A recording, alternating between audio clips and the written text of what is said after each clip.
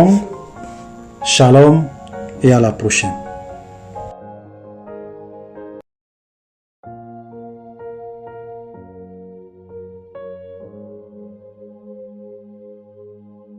Voilà, chers frères et sœurs, je vous salue dans le nom de notre Seigneur et Sauveur Jésus-Christ. Soyez abondamment bénis. Nous allons aujourd'hui continuer avec notre étude que nous avons commencé la dernière fois sur les signes du retour de Jésus et de la fin du monde. Voilà, les signes de son retour et de son avènement. Voilà, donc nous sommes toujours dans notre passage de Matthieu chapitre 24 et nous allons aujourd'hui continuer. Donc pour ceux qui n'ont pas suivi la première partie, c'est mieux d'aller regarder cette partie-là pour pouvoir vraiment nous suivre, parce que c'est une suite logique que nous allons faire aujourd'hui. Donc dans Matthieu 24, le verset, donc nous nous sommes arrêtés la dernière fois à partir du verset 34, Matthieu 24, 34, où il est dit: « Je vous le dis en vérité, cette génération ne passera point que tout cela n'arrive. » Et nous avons dit que la génération qui verra ces choses apparaître, ces choses s'accomplir, cette génération ne passera pas avant que tout cela n'arrive, avant que tout cela ne s'accomplisse. Donc, nous sommes la génération qui est en train de voir l'accomplissement de toutes ces choses, ok, de tous ces signes que nous avons vus. Donc, nous sommes pratiquement la dernière génération qui verra le retour de Jésus. Verset 35, il est dit: « Le ciel et la terre ne passeront. Le ciel et la terre passeront, mais mes paroles ne passeront point. Pour ce qui est du jour ou de l'heure, personne ne le sait, ni les anges des cieux, ni le Fils, mais le Père seul. » Et depuis l'histoire, il veut dire dans toute l'histoire de l'humanité, même dans toute l'histoire de l'Église, il y a toujours eu des gens, ok, qui n'ont jamais prêté attention à ce verset, où Jésus dit: « Pour ce qui est du jour ou de l'heure, personne ne le sait, ni les anges des cieux, ni le Fils, mais le Père seul. » Mais le Père seul.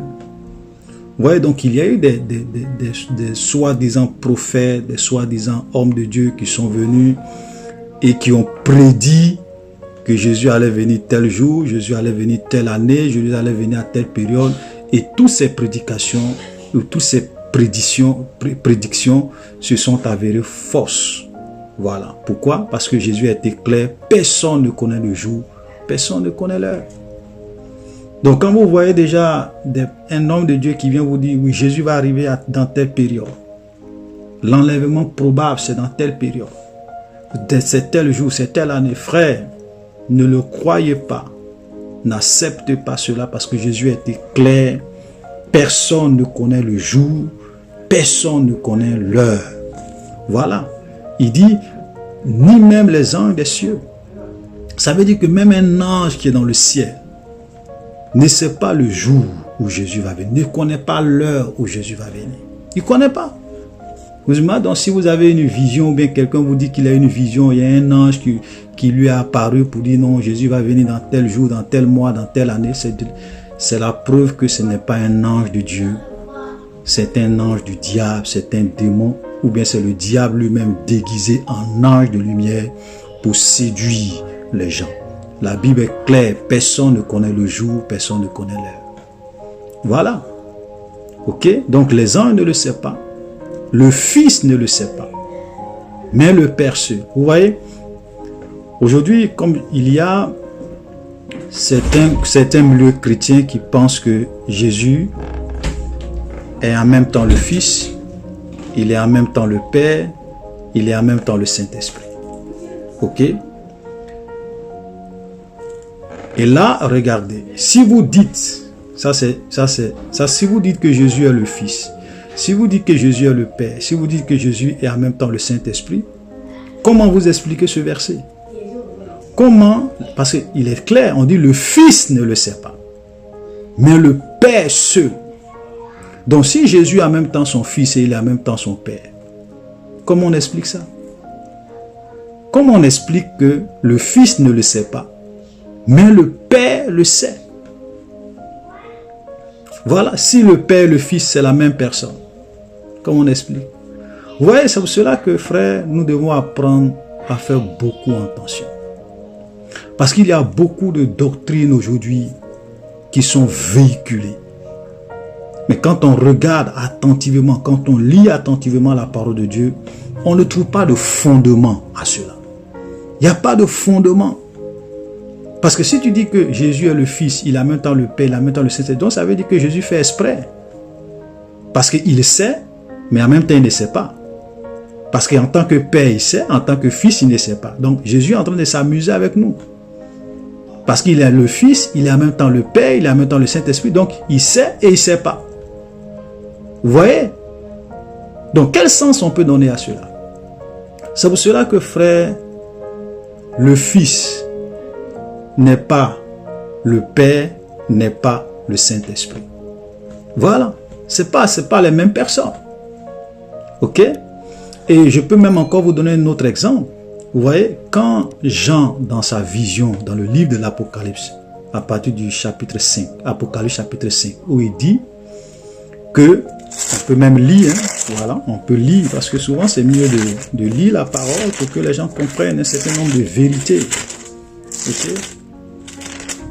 Il dit, puis je vis dans la main droite de celui qui était assis sur le trône un livre écrit en dedans et en dehors scellé de 7 sceaux. Et quand nous lisons Apocalypse chapitre 4, nous voyons que celui qui est assis sur le trône, ok, entouré de 24 vieillards, ok, avec les 4 êtres, c'est Dieu le Père qui est assis sur son trône, c'est Dieu lui-même qui est assis. Et on voit combien de fois tous les êtres lui rendent gloire, l'adorent. Ok, les 24 vieillards se prosternent et l'adorent. Les 4 êtres vivants crient Saint, Saint, Saint est l'Éternel. Ok, donc on dit, et ici Jean dit quoi? Puis je vis dans la main droite de celui qui était assis sur le trône un livre écrit en dedans et en dehors scellé de 7 sceaux. Et je vis un autre ange puissant crier d'une voix forte, qui est digne d'ouvrir le livre et d'en rompre les sceaux? Verset 3, et personne dans le ciel, ni sur la terre, ni sous la terre, ne put ouvrir le livre, ni le regarder. Je pleurais beaucoup, et personne ne fut trouvé digne d'ouvrir le livre, ni de le regarder. Et l'un des vieillards me dit, ne pleure point, voici le lion de la tribu de Juda, le rejeton de David, a vaincu pour ouvrir le livre et ses 7 sceaux. Et je vis au milieu du trône et des 4 êtres vivants, et au milieu des vieillards, un agneau qui était là comme immolé. Il avait 7 cornes, 7 yeux, qui sont les 7 esprits de Dieu envoyés de tout la terre. Verset 7 qui est très important. Et c'est sur ça que je voulais m'attarder. Il vint. Donc il y avait quelqu'un qui était assis sur le trône, qui est Dieu le Père, qui tenait dans ses mains un livre scellé de 7 sceaux. Et l'un des vieillards va dire, le lion de la tribu de Juda, le rejeton de David. On sait tous que le lion de la tribu de Juda, le rejeton de David, c'est Jésus-Christ de Nazareth. L'agneau qui ôte le péché du monde. Et la Bible dit, il vint et il prit le livre de la main droite de celui qui était assis sur le trône. Donc 2 personnes, c'est pas la même personne. Quelqu'un est assis sur son trône qui a un livre dans sa main.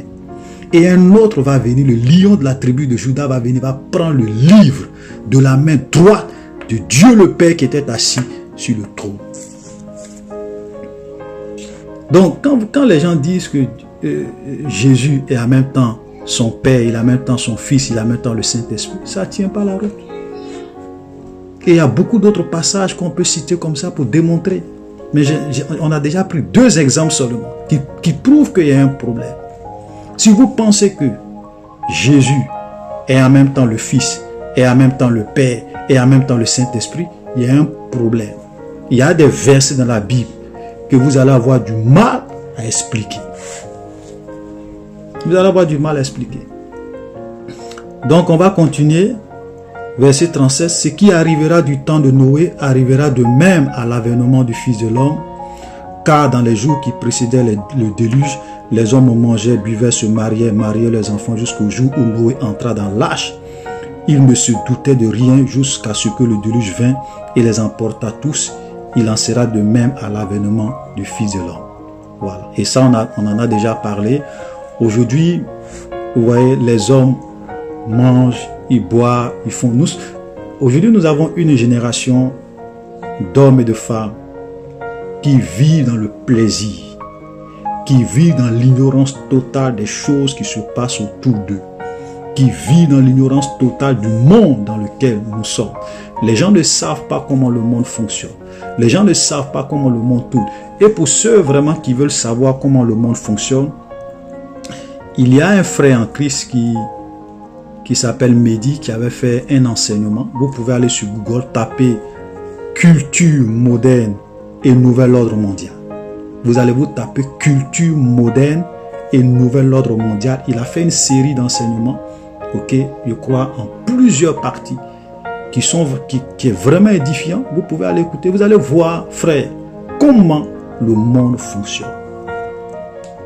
Comment les artistes que nous voyons, les stars du football, les stars de la musique, comment toutes ces choses-là, le monde du divertissement, comment les jésuites, comment les francs-maçons ont créé toutes ces choses-là pour vraiment conduire le monde dans une certaine direction.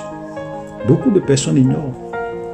Les gens mangent, ils vivent, ils savent pas le monde dans lequel ils sont.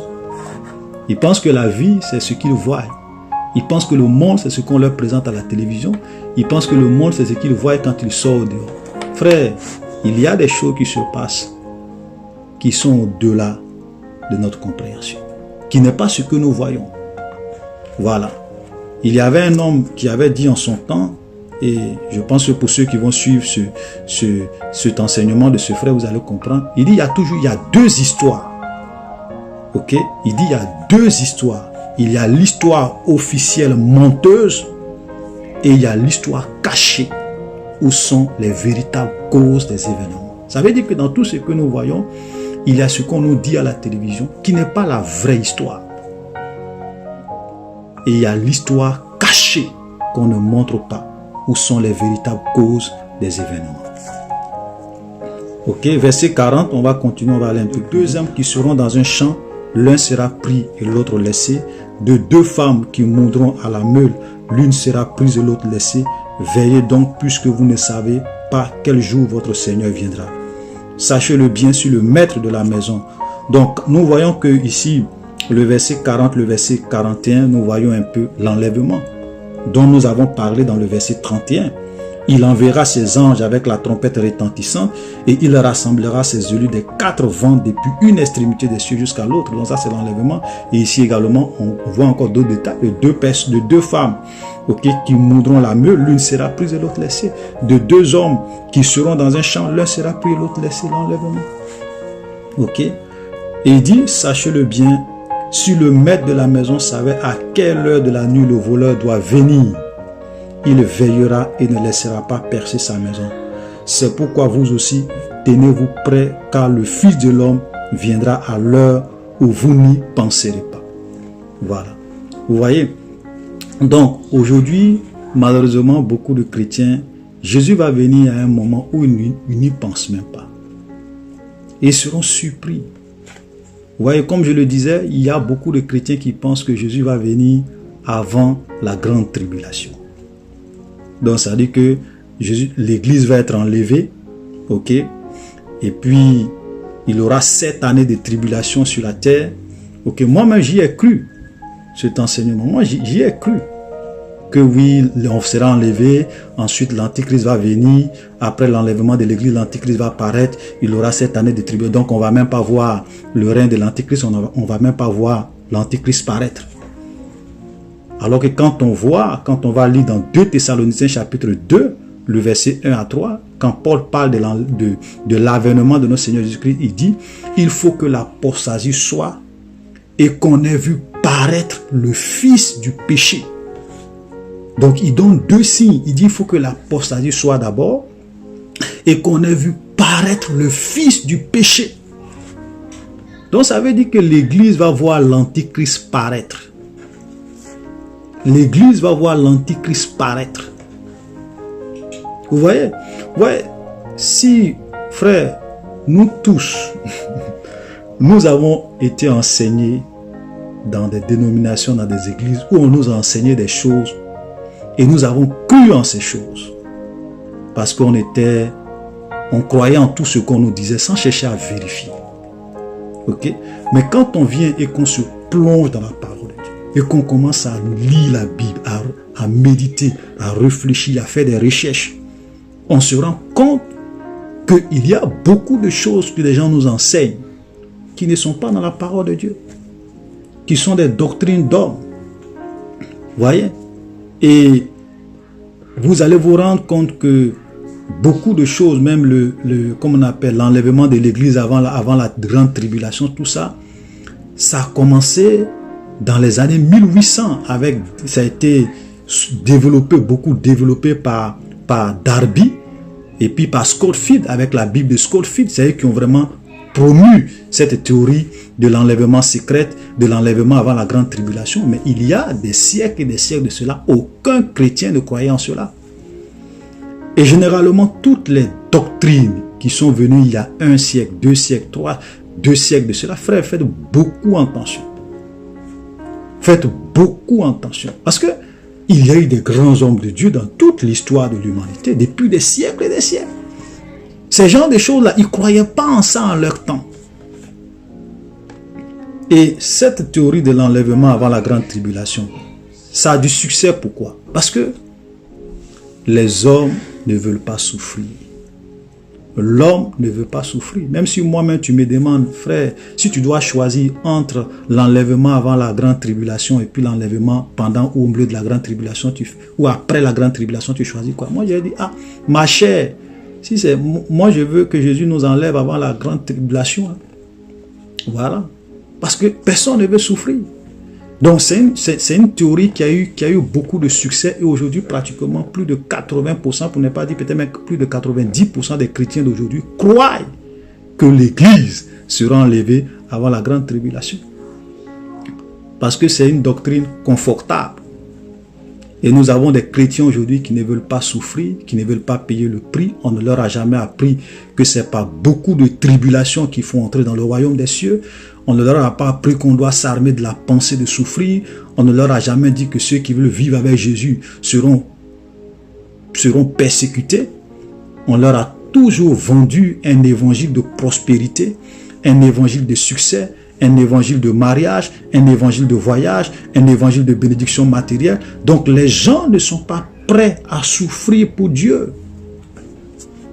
Pourtant, sur cette même terre, dans beaucoup de pays, des chrétiens sont tués, des chrétiens sont égorgés, des chrétiens sont martyrisés. Dans certains pays, l'église est persécutée. Dans certains pays musulmans, les chrétiens sont assassinés, tués, égorgés. Voilà. À cause de leur foi. Maintenant, nous les chrétiens qui sommes dans les pays où il n'y a pas de persécution, aux États-Unis, en Europe, en Afrique, on est à l'aise. On ne veut pas souffrir. Mais depuis toute l'histoire de l'Église, il y a eu des martyrs, des millions et des millions de chrétiens ont été tués, maltraités, ils ont souffert pour la cause de Jésus. Ils ont pris leur croix, ils sont morts à cause de leur foi. Ces genres de messages ont disparu aujourd'hui. Nous sommes des chrétiens de confort. On veut vivre dans le confort. Frère, la Bible est claire. La Bible nous dit, Paul nous le dit, c'est pas beaucoup de tribulations qu'il nous faut entrer dans le royaume de Dieu. Voilà. Ou bien, nous qui sommes au Canada, aux États-Unis, en Europe, en Afrique, où il n'y a pas de persécution, sommes-nous mieux? Est-ce que nous sommes mieux que tous nos frères qui souffrent et qui sont tués à cause de leur foi? Nous sommes mieux. Donc Dieu nous aime par rapport à eux. Nous sommes les préférés de Dieu par rapport à eux. Donc nous, on ne doit pas souffrir.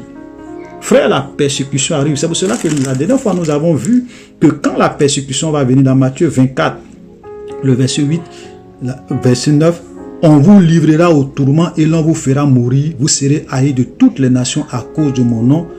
Alors aussi, plusieurs succomberont. Ok? Plusieurs succomberont. Ils se trahiront, se haïront les uns les autres. Mais pourquoi plusieurs vont succomber? Parce qu'ils ne sont pas prêts. Ils ont beaucoup de leurs prophètes aujourd'hui qui leur enseignent un évangile de confort, un évangile de réussite, un évangile de bénédiction. Vous allez voyager, vous allez avoir le mariage, non, la souffrance, non, non, non, non, non, la croix, non, non, non, non, non, mourir pour le Seigneur, non, non, non, non, non. Donc quand les temps difficiles vont venir, beaucoup vont abandonner la main de Dieu parce qu'ils ne sont pas prêts. Voilà. Donc frères, ne nous trompons pas. L'Église va passer par la tribulation. Et l'Église même est née dans la tribulation. Parce que ce que vous devrez savoir, chers frères et sœurs, c'est que concernant le retour de Jésus-Christ, aujourd'hui, et même ça a toujours été le cas, il y a trois grandes théories. Mais malheureusement, on ne vous présente qu'une seule théorie. Il y a ceux qui croient que l'enlèvement va se faire avant la grande tribulation. Il y a ceux qui croient que l'enlèvement, il y a un autre groupe qui croit que l'enlèvement va se faire à quelque part au milieu de la grande tribulation. Et il y a ceux qui croient que l'enlèvement va se faire après la grande tribulation. Voilà les trois grandes positions. Mais vous voyez, aujourd'hui, vos pasteurs ne vous disent pas qu'il y a ces trois positions. Eux, ils vous prêchent uniquement que eux, leur position, et ils n'ouvrent pas votre esprit aussi à la possibilité que des gens ont cru pendant des siècles et des années à d'autres positions. Pour que vous-même, vous puissiez aller faire votre recherche, vous puissiez lire la Bible et puis vous-même, vous faire votre propre idée de la chose. Frère, nous devrons apprendre à questionner tout ce qu'on nous enseigne. C'est vrai, je vais à l'église, le pasteur m'enseigne quelque chose, les hommes de Dieu m'enseignent quelque chose, mais moi-même, je prends leurs versets, je prends leurs références, et je viens moi-même m'asseoir et je me plonge dans la parole de Dieu et j'essaye de comprendre, est-ce que tout ce qu'on me dit là est vrai? Voilà. Aujourd'hui, on a Internet, on peut faire des recherches, on peut savoir, oui, mais pourquoi ceux-là, ils croient que l'enlèvement va se faire pendant la grande tribulation? Pourquoi ce groupe-là croit que l'enlèvement va se faire après? Quels sont les arguments? Quels sont les versets qu'ils utilisent pour montrer ou bien pour croire en cela? Maintenant, vous-même, vous faites votre propre opinion de ce qui est vrai, de ce qui est faux. Voilà. Donc, c'est la bonne attitude qu'il faut avoir. Moi-même, j'ai enseigné ça. Ok, j'ai enseigné que l'Église va être enlevée avant la tribulation. J'ai enseigné ça. Mais quand on se met en question, quand on écoute d'autres pasteurs, d'autres hommes de Dieu, on se rend compte que il y a des questionnements. Et on vient dans la parole de Dieu, on regarde, on observe, on fait nos propres recherches et on dit non, j'avais tort. Voilà. Donc moi, je n'ai pas, comme je le disais dans l'une de mes vidéos, moi ça ne me gênerait, je n'ai pas de problème. Si je me trompe, de venir vous dire, frère, je me suis trompé. Voilà. Parce qu'il y a des choses que j'ai enseignées avant, hein, mais quand j'ai vu que, quand j'ai fait mes recherches dans la parole de Dieu, je me suis rendu compte que j'ai cru en quelque chose qui n'est pas vrai. J'ai changé de position. Voilà l'attitude que nous devons. Nous devons avoir l'amour de la vérité. Moi, je ne suis pas là pour défendre la position de ma dénomination. Je ne suis pas là pour défendre la position d'un groupe religieux. Non, parce que les hommes peuvent se tromper. Votre dénomination peut se tromper. C'est pour cela que quand vous êtes dans une logique de suivre une église, de suivre une dénomination, de suivre une religion, il vous sera difficile de connaître la vérité. Parce que pour vous, c'est ce que vous prêchez là qui est vrai. Tout ce que les autres enseignent là, c'est faux. Il faut être ouvert. Alléluia. Voilà donc, sachez, veillez donc puisque voilà, vous ne savez pas quel jour, verset 43, veillez donc puisque vous ne savez pas quel jour votre Seigneur viendra. Sachez-le, si le maître de la maison savait à quelle heure de la nuit le voleur doit venir, il veillera et ne laissera pas percer sa maison. C'est pourquoi vous aussi tenez-vous prêts, car le Fils de l'homme viendra à l'heure où vous n'y penserez pas. Et c'est vrai, parce qu'aujourd'hui, beaucoup de chrétiens pensent que l'église sera enlevée, on ne va pas voir l'antichrist. Donc, quand ils vont voir l'antichrist paraître, peut-être ils vont dire même que ce n'est pas l'antichrist, parce que l'église va être enlevée. Et c'est pour cela qu'il y aura beaucoup de séduction. Beaucoup de personnes vont être séduites à la fin des temps, à cause des enseignements erronés qu'ils ont reçus. Amen. Verset 45. Quel est donc le serviteur fidèle et prudent que son maître a établi sur ces gens pour leur donner la nourriture au temps convenable? Heureux ce serviteur que son maître à son arrivée trouvera faisant ainsi. Je vous le dis en vérité, il l'établira sur tous ses biens. Mais si c'est un serviteur méchant qui dise en lui-même, mon maître tarde à venir, et s'il se met à battre ses compagnons, s'il mange et boit avec des ivrognes, le maître de ce serviteur viendra le jour où il n'y penserait pas, à l'heure qu'il ne connaît pas. Voilà. Vous voyez, ça dit que ce qu'on peut retenir de ce texte, c'est que vous savez, le serviteur fidèle est prudent. Ok, le serviteur de Dieu, ce sont tous ces pasteurs, tous ces apôtres, tous ces prophètes que Dieu a réellement appelés. Parce qu'aujourd'hui, parmi les hommes de Dieu, vous avez plusieurs catégories de serviteurs de Dieu. Vous avez des gens qui n'ont jamais reçu l'appel, qui sont nombreux. Peut-être ils sont allés dans des églises, un homme de Dieu a dit que non, toi tu es appelé. Lui-même, il n'a pas reçu l'appel, il n'a reçu aucune conviction parce que quelqu'un lui a dit qu'il est appelé, il a décidé d'être pasteur. Ils sont nombreux aujourd'hui comme ça. Et ceux-là, vraiment, ils détruisent l'œuvre de Dieu. Parce que si Dieu ne t'a pas appelé à quelque chose et que tu t'engages, tu vas, parce que ce n'est pas là que Dieu t'a appelé. Le Seigneur nous appelle depuis le ventre de notre mère. Ce n'est pas les circonstances, depuis le ventre de notre mère. Ok? Donc ils sont nombreux. Et puis vous avez une autre catégorie. Ce sont des gens qui n'ont pas du tout été appelés, mais qui sont en fait des agents du diable. C'est-à-dire qu'eux-mêmes, ils savent qu'ils sont des francs-maçons, qu'ils sont des sorciers, qu'ils sont des mystiques, qu'ils sont des rosicruciens. Et puis Satan les envoie en mission. Comme un employeur peut envoyer son employé en mission. Donc Satan, qui est leur employeur, qu'ils servent, les envoie en mission pour infiltrer les églises, pour introduire le mensonge et leur venin dans l'église, donc pour séduire les gens. Mais ils savent en âme et conscience qu'ils sont des mystiques, ils sont des serviteurs du diable. Ils sont aussi nombreux. Et souvent ceux-là viennent avec la puissance, avec les miracles, avec le prodige, il y en a plein. Et puis vous avez des vrais serviteurs de Dieu, que le Seigneur a réellement appelés, qui servent Dieu. Ceux qui ont été réellement appelés, aujourd'hui vous avez également deux groupes parmi eux. Il y a ceux qui sont restés fidèles au Maître, qui enseignent la parole de Dieu sans la déformer, qui ne cherchent pas l'argent, qui ne cherchent pas la gloire.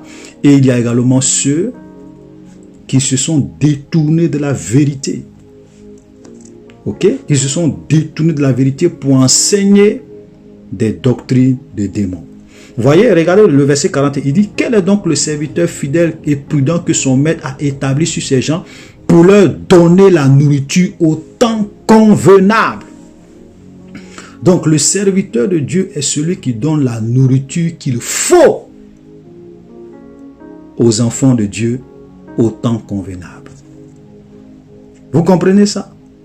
Qui enseigne la parole de Dieu, qui est une nourriture qu'il enseigne, qu'il donne aux enfants pour que les chrétiens soient des chrétiens affermis, pour que les chrétiens soient des chrétiens, comme on appelle, indépendants, pour que les chrétiens soient des chrétiens vraiment qui connaissent Dieu, pour que les chrétiens soient des chrétiens qui sont vraiment assis dans la foi.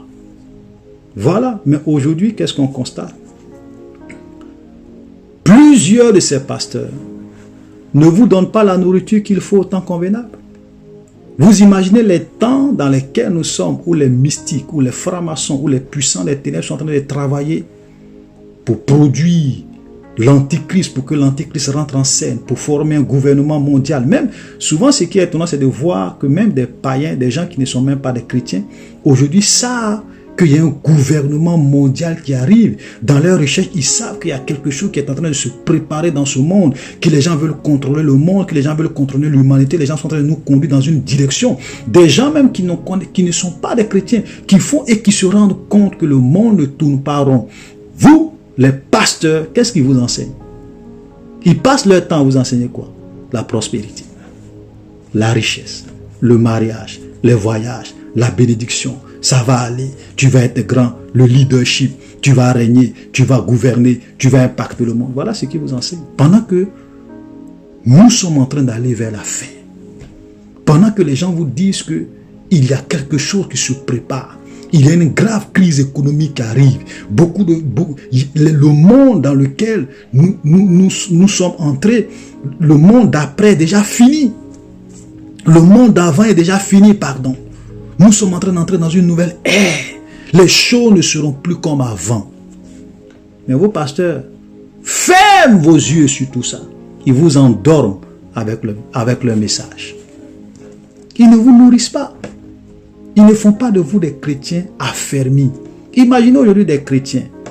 Ça fait 2 ans ils sont chrétiens. Ils sont toujours dépendants de leur pasteur. Ça fait 3 ans ils sont chrétiens.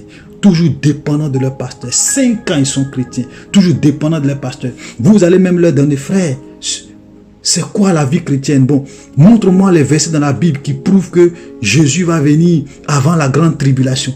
Ils ne connaissent pas la parole de Dieu. Ils ne lisent pas leur Bible. Ils n'ont pas de versets. Mais ils connaissent toutes les musiques du monde, tous les artistes du monde, toutes les tendances du monde. Mais la Bible, ils ne connaissent pas. Voilà. Vous comprenez comment c'est grave la situation? Vous voyez un chrétien qui a fait 5 ans dans une église. Il est encore au stade de bébé spirituel. Il ne peut même pas enseigner les nouveaux chrétiens qui arrivent. Il ne peut même pas leur enseigner la vie chrétienne. Lui-même, il lutte. Il n'y a pas de progrès. Il n'y a pas d'évolution.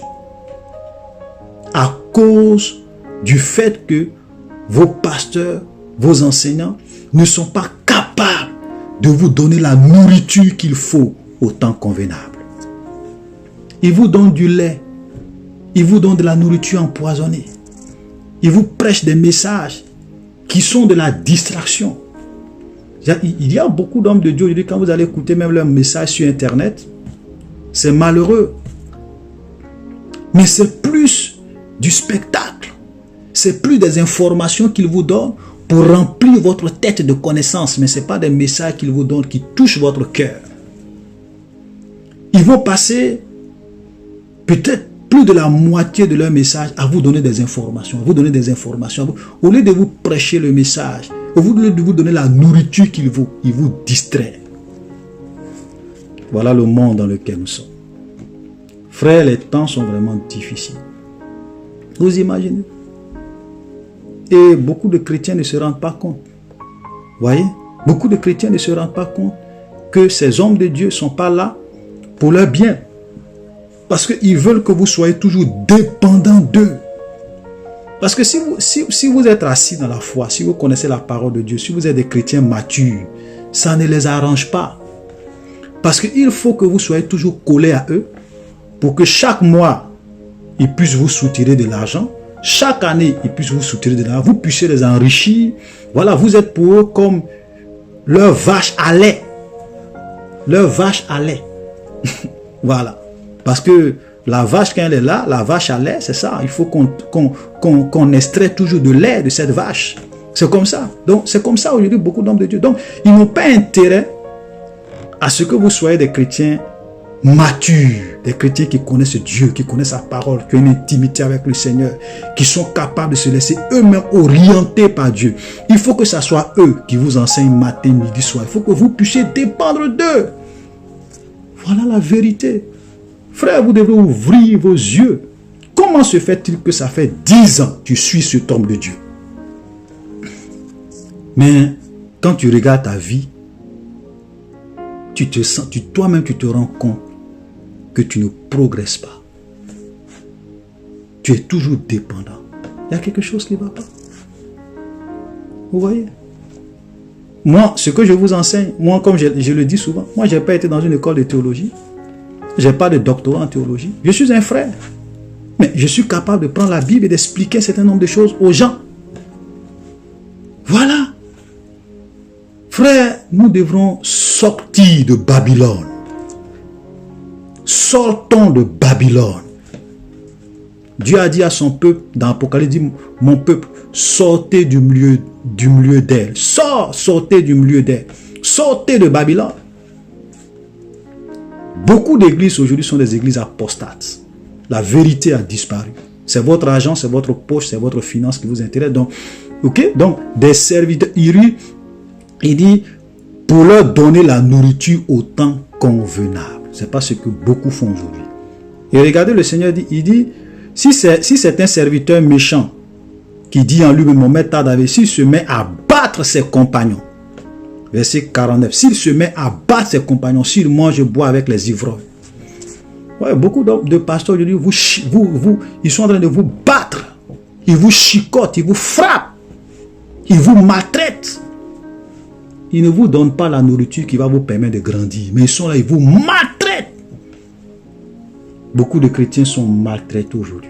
Ils ne savent pas. Pourquoi ils pensent que ces hommes de Dieu là sont là pour eux, pour leur bien, pour leur bien-être, pour leur famille. Mes frères, ils sont en train de vous maltraiter, ils sont en train de vous exploiter. Vous êtes leurs esclaves, vous êtes leurs vaches à lait.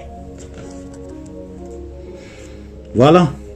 Mais verset 50 dit, le maître de ce serviteur viendra le jour où il ne s'y attend pas et à l'heure qu'il ne connaît pas. Il le mettra en pièces et lui donnera sa part avec les hypocrites. C'est là qu'il aura des pleurs et des grincements dedans. Donc, tous ces hommes de Dieu, leur part, ça sera avec les hypocrites. Il aura des pleurs et des grincements dedans. C'est-à-dire que leur part va être à l'enfer. Ils vont aller à l'enfer. S'ils ne se repentent pas, s'ils ne changent pas, s'ils ne donnent pas la nourriture qu'il faut au peuple de Dieu, alors que Dieu les a établis comme des pasteurs, des bergers, et qu'ils commencent à battre leurs compagnons, à les maltraiter, à les exploiter, leur part sera avec les hypocrites, dans un feu éternel avec le diable. Voilà. Où il aura des pleurs et des grincements dedans. L'enfer et le feu éternel, c'est le lieu où il aura des pleurs et des grincements dedans. C'est là-bas qu'ils vont finir. Frère, nous ne sommes pas dans ce monde pour être des milliardaires. Nous ne sommes pas dans ce monde pour être riches, pour être prospères.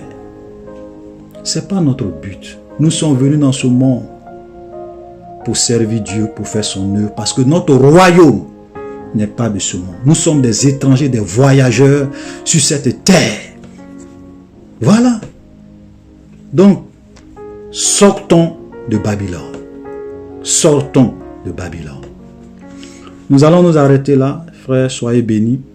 Shalom.